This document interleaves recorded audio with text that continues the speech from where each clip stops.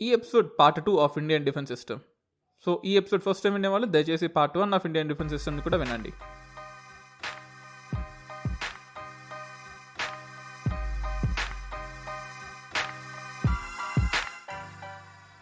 India గురించి తెలుసుకుందాం అనుకుంటున్నారా?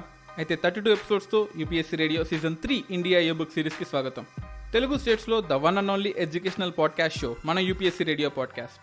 21A of Indian constitution is our motto, giving free and affordable education.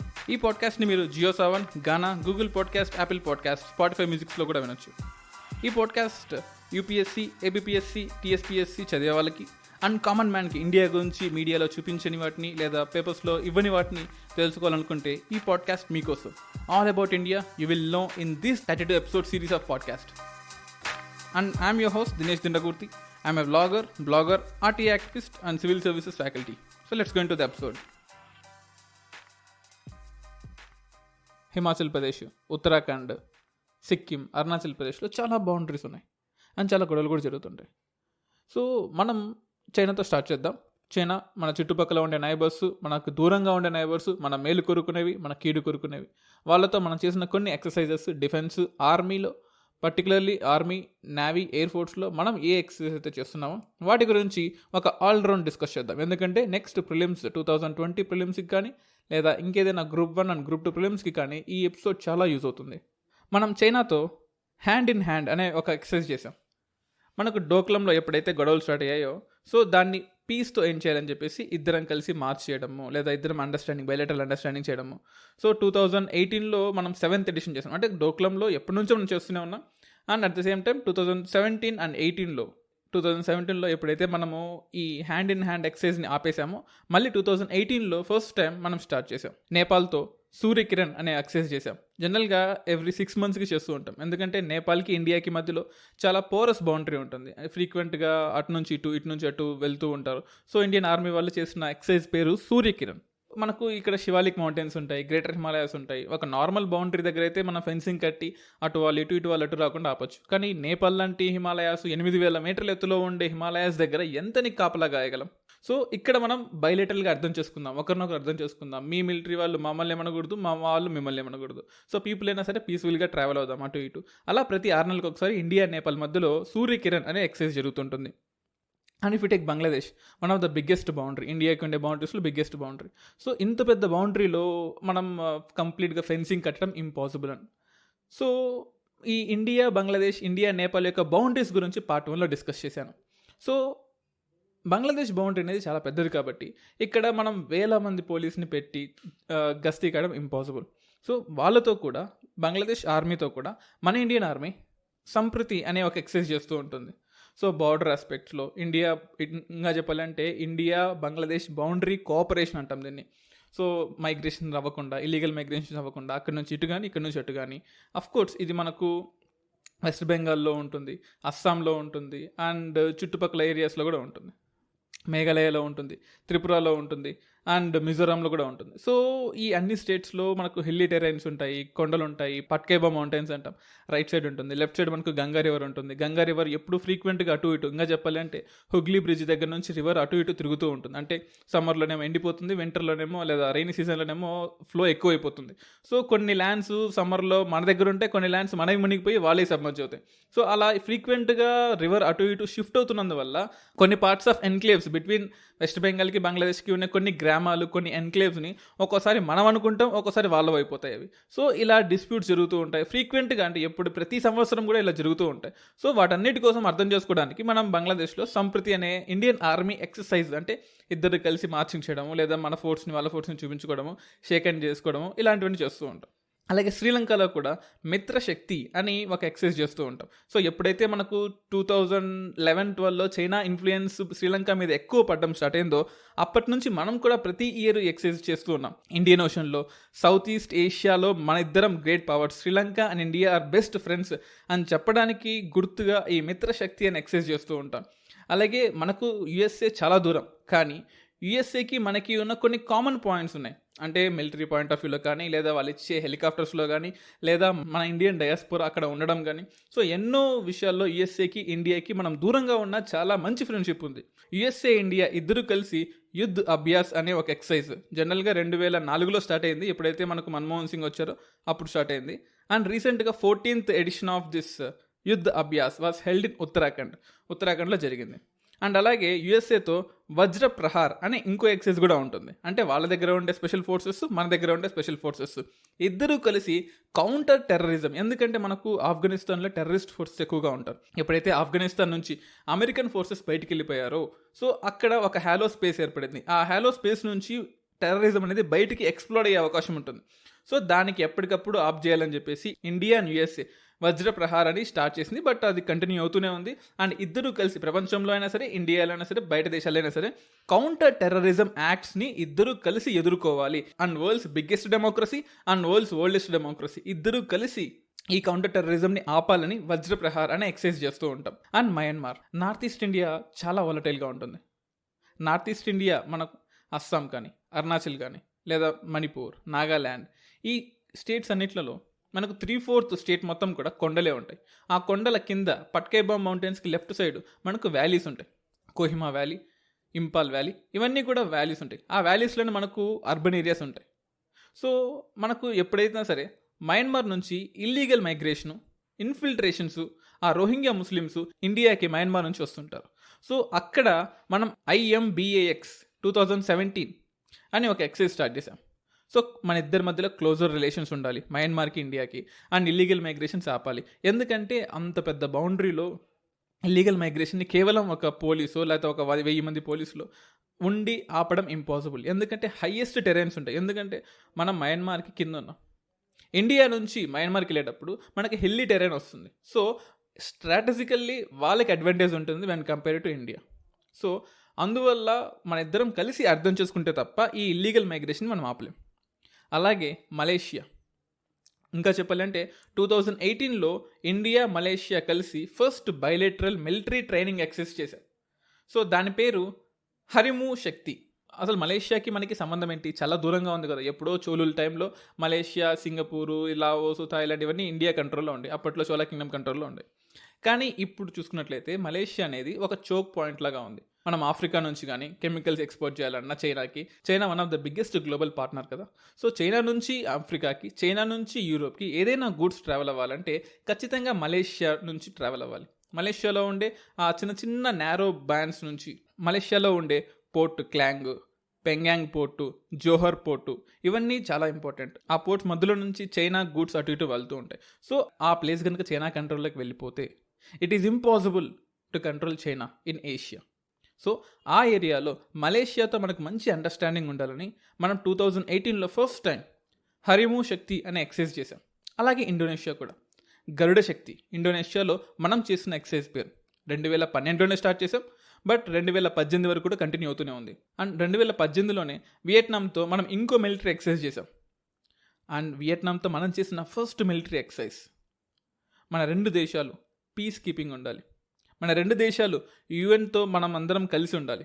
UN mandate ఫోర్స్తో మన ఇద్దరం కలిసి పనిచేద్దాం అని చెప్పేసి ఈ win backs, Vietnam and India కలిసిన విన్ బ్యాక్స్ 2018 ఫస్ట్ టైం మనం తయారు చేసాం. అలాగే మాల్దీవ్స్, ఒకసారి మాల్దీవ్స్ కనుక మనం పట్టుకోల్పోతే ఇండియన్ ఓషన్లో పట్టుకోల్పోయినట్టే. ఎందుకంటే మాల్దీవ్స్ అనేది ఒక చిన్న ఐలాండ్ కాదు, గ్రూప్ ఆఫ్ ఐలాండ్స్, ఆర్చిపెలాగా ఉంటాం. సో ఒక్కొక్క ఐలాండ్ చుట్టుపక్కల 200 నాటికల్ మైల్స్ వరకు మాల్దీవ్స్ కంట్రోల్లో ఉంటుంది. సో ఎప్పుడైతే మనం మాల్దీవ్స్తో మంచి రిలేషన్స్ మెయింటైన్ చేస్తామో ఆ చుట్టుపక్కల ఉండే స్ట్రాటజిక్ లొకేషన్ ఇండియాకి అడ్వాంటేజ్ అవుతుంది. అండ్ చైనా ఎప్పటికప్పుడు మాల్దీవ్స్తో ఫ్రెండ్షిప్ని పెంచుకుంటూ ఆ ఏరియా మొత్తాన్ని, ఆ ఎక్స్క్లూజివ్ ఎకనామిక్ జోన్ ఉండే ఏరియా మొత్తాన్ని తన ఆధీనంలోకి తీసుకోవాలనుకుంటుంది. సో మనం మాల్దీవ్స్తో ఎక్వేరియన్ అనే ఒక ఎక్సైజ్ స్టార్ట్ చేసాం. ఇది annual bilateral military exercise. So ఇండియాకి మాల్దీవ్స్కి 2009 నుంచి మనం ఈ ఎక్సైజ్ని స్టార్ట్ చేసుకోవచ్చు. అండ్ రష్యా మనకు చాలా మంచి రిలేషన్స్ ఉన్నాయి. రష్యాతో మనం మిలిటరీ పరంగా చేసిన ఎక్సైజ్ ఇంద్ర.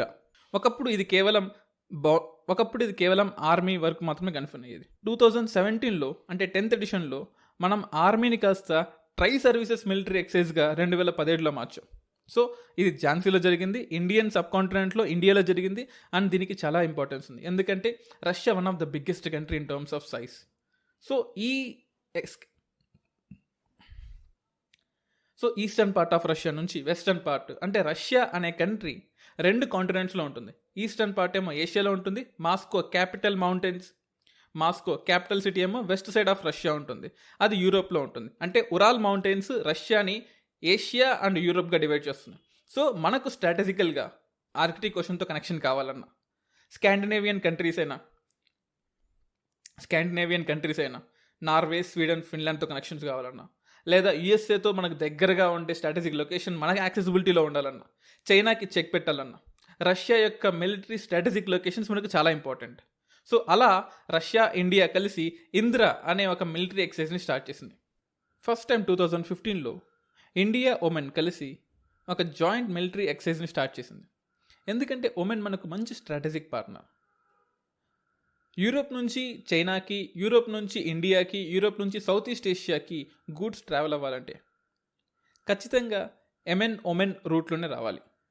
ఆ రూట్లో మనకు సదరన్ పార్ట్లో జిబౌచి, ఆఫ్రికా కంట్రీస్ అన్నీ ఉంటాయి.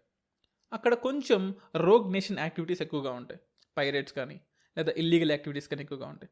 సో మనకు ఒక రెస్పాన్సిబుల్ కంట్రీ అండ్ ఒక రెస్పాన్సిబుల్ పోర్ట్ మనకు కావాలంటే ఒమెన్తో మనకు మంచి రిలేషన్స్ ఉండాలి.